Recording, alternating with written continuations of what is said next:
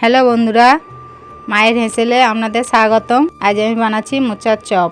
আপনারা তো অনেক রকমের চপ বানিয়ে খেয়েছেন, একবার মোচার চপটা বানিয়ে দেখতে পারেন। আমি মোচাটা প্রেসার কুকারে দিয়ে দিলাম। আমি একটা আলু দিয়েছি, নুন হলুদ দিয়ে জল দিয়ে সেদ্ধ করতে দিয়ে দিলাম। নারকেলটা ভেজে নিলাম, কড়াই তেল দিয়ে দিয়েছি।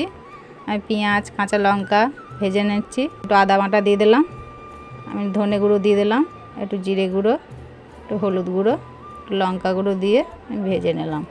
মোচাটা দিয়ে দিলাম, সেদ্ধ করা আলুটা আমি দিয়ে দিলাম, নুনটা দিয়ে দিলাম।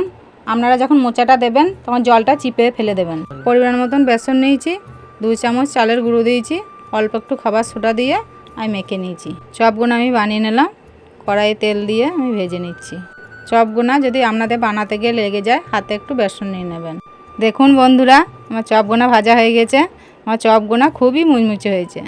আমার নতুন নতুন রান্না পেতে আমার পেজটিকে অবশ্যই ফলো করবেন।